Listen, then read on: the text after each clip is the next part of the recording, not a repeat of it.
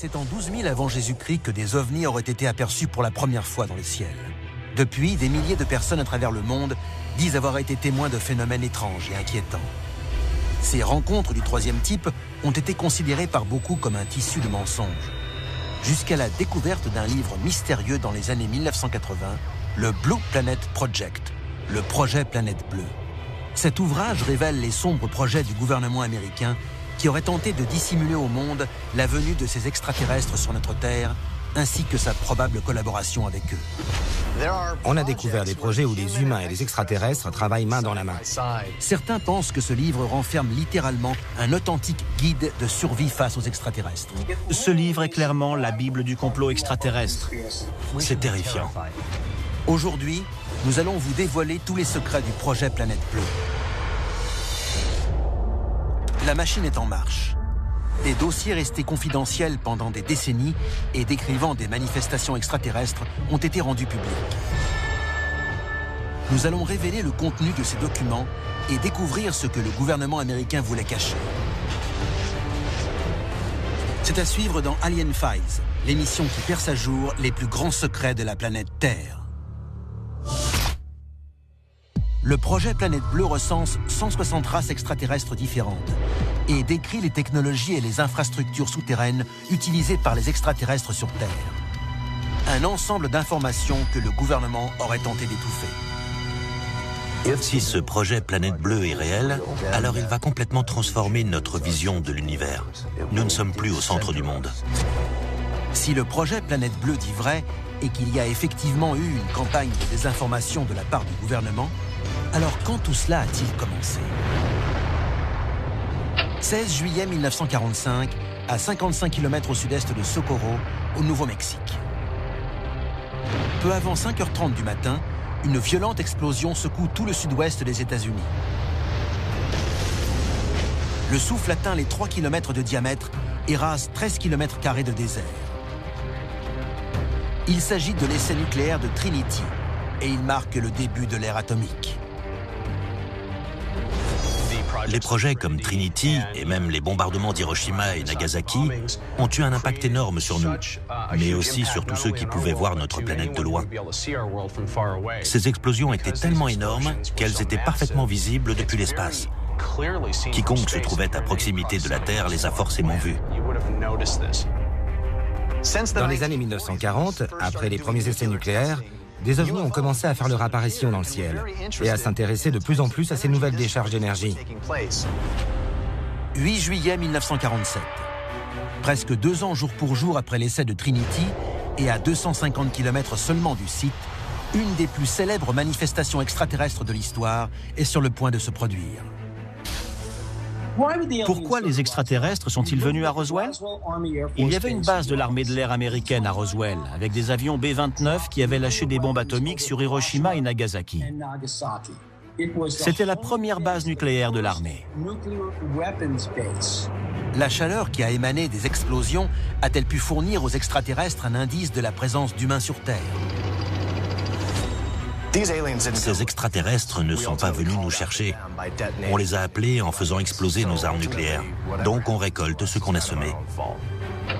Le lien entre notre utilisation des armes atomiques et ce premier contact extraterrestre ne sera pas établi avant la découverte du mystérieux projet Planète Bleue, une trentaine d'années plus tard. Ce livre révèle l'existence d'expériences, d'enlèvements et de villes extraterrestres souterraines. Et tout cela à l'insu de la population. Le projet Planète Bleue est une compilation de notes d'un individu qui a été témoin de la collaboration entre les extraterrestres et le gouvernement. C'est un objet sacré, la Bible du complot extraterrestre. Ceux qui croient à l'authenticité de ce livre pensent qu'il a été écrit par un scientifique appelé Jefferson Sousa. Cet homme aurait participé à des projets ultra confidentiels et son statut au sein de l'armée lui aurait permis d'avoir connaissance de tous les secrets militaires. Il dit tout dans ce document. Il passe en revue plus de 160 races d'extraterrestres venus sur Terre. Il explique pourquoi ils ont mutilé du bétail, pourquoi ils ont enlevé des humains. Mais Jefferson Sousa n'a jamais été retrouvé. Personne n'a été en mesure de parler avec lui, et encore moins de prouver qu'il a même existé. On ne sait pas s'il travaillait pour le gouvernement ou l'armée. On n'a jamais découvert aucune preuve. Ce n'est pas la première fois qu'on entend parler d'un individu qui décide de briser le silence concernant un dossier classé secret en disant « Oui, j'ai travaillé sur un ovni » et qui disparaît ensuite. Ils ne peuvent pas parler car s'ils parlent, ils signent leur arrêt de mort. C'est exactement ce qu'explique ce scientifique au sujet du projet Planète Bleue. Il faisait partie de ce comité de censure. Le message délivré par ce scientifique fait froid dans le dos. S'il dit vrai, le cours de l'humanité en sera à jamais changé. Mais un examen plus approfondi du document va permettre de déjouer un plan encore plus inquiétant. A-t-on enfin une réponse à la question extraterrestre? Sommes-nous seuls ou bien des extraterrestres se cachent-ils parmi nous? 30 ans après l'affaire de Roswell, un mystérieux livre révèle des informations inédites et fait l'effet d'une bombe. Un ovni s'est écrasé à Roswell en 1947. On a récupéré un engin, des corps d'extraterrestres et un extraterrestre vivant. Alors dites-moi, qu'est-ce qu'on a fait de tout ça? À l'issue de la Seconde Guerre mondiale, le président Truman signe le National Security Act, un dispositif qui permet au gouvernement américain de mener des opérations secrètes sans en informer la population. Il est encore en vigueur aujourd'hui. Dossier déclassifié, le gouvernement fantôme.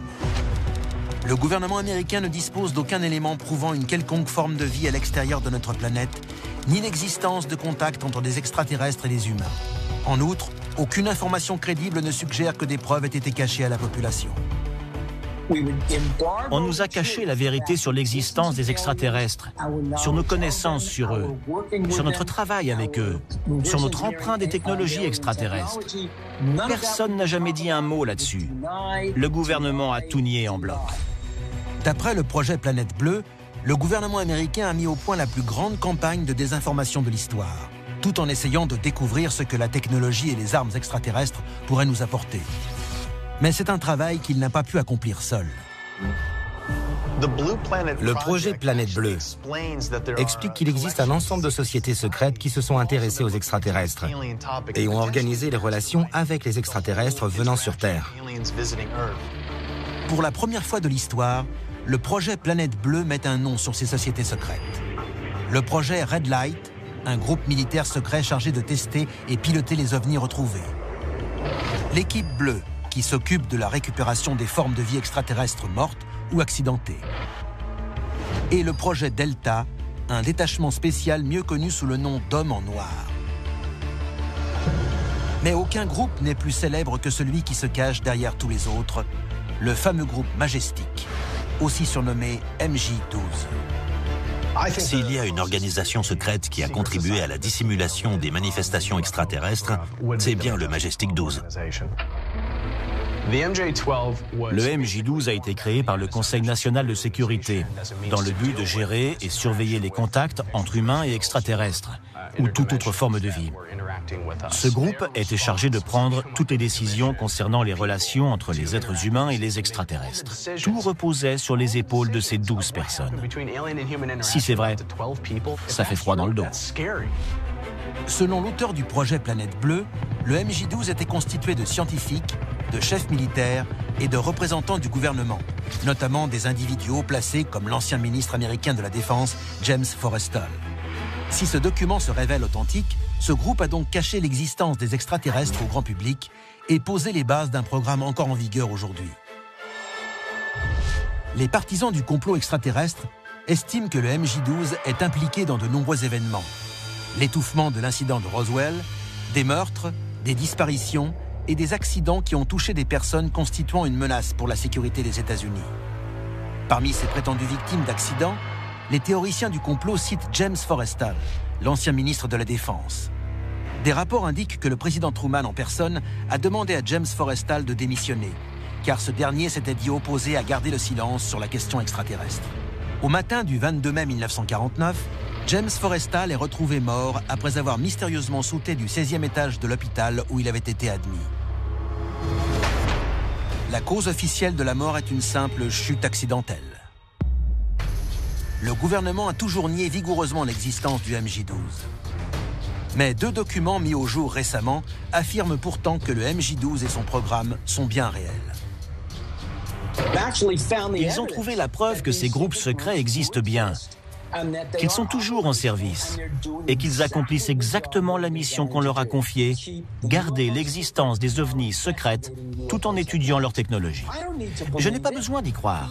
Les preuves sont là. Et ce sont des preuves qui seraient recevables dans un tribunal. Et les révélations ne s'arrêtent pas là. L'auteur du projet Planète Bleue va encore plus loin. Dans les années 1940, des rapports faisaient état d'atterrissages extraterrestres. Ils étaient coordonnés par l'armée de l'air américaine.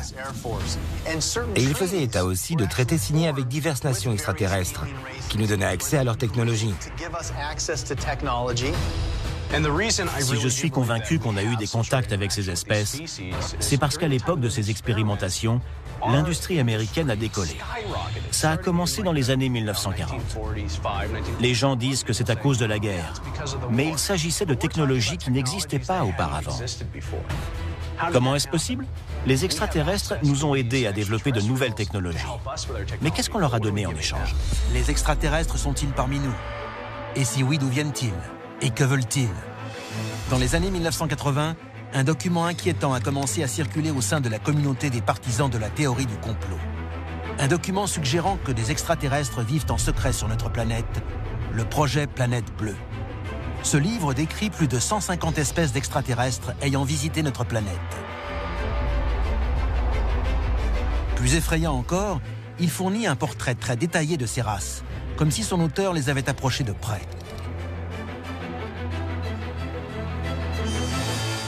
Le projet Planète Bleue recense plus de 150 espèces d'extraterrestres venues sur Terre. Il mentionne les grilles, les nordiques et même les reptiloïdes.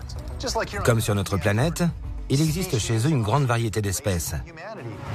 Parmi toutes les personnes qui ont été enlevées, beaucoup décrivent différentes versions de ce que l'on appelle les grilles. Il s'agit d'êtres maigres, qui mesurent entre 90 cm et 1,20 m. Ils ont une grosse tête bulbeuse et des yeux noirs en amande. Et ce qui est intéressant, c'est que toutes ces descriptions concordent. Ce qui se passe ensuite diffère selon les versions. Est-ce qu'il s'agit d'un affrontement violent ou seulement d'un voyage autour de la planète en vaisseau spatial? Ces deux versions sont les plus répandues. Parmi les espèces malveillantes recensées dans le livre, les rigéliens, qui vivent sous l'eau, et les reptiloïdes sont des créatures dangereuses qui ont parfois besoin du sang des humains pour survivre. Mais selon le projet Planète Bleue, toutes les espèces d'extraterrestres ne souhaitent pas la disparition des humains. Par exemple, les Nordiques, une race de grande taille proche des humains, seraient pacifiques et souhaiteraient le salut des hommes. L'étonnante variété d'espèces décrites dans le livre soulève une question troublante. Comment un nombre aussi important d'extraterrestres ont-ils pu vivre sur Terre et sur les planètes voisines sans que nous n'en sachions rien? Le projet Planète Bleue ne se contente pas de dresser le portrait robot de ces créatures étranges. Il nous dit également où elles se cachent. Dossier déclassifié, la base de Dulce. À Dulce, au Nouveau-Mexique, plusieurs témoignages font état d'une immense installation souterraine.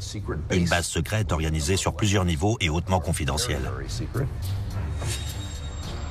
Si les partisans du complot disent vrai, sous la réserve indienne des Apaches Jicarilla se trouve une ville construite pour cacher des extraterrestres travaillant main dans la main avec le gouvernement américain.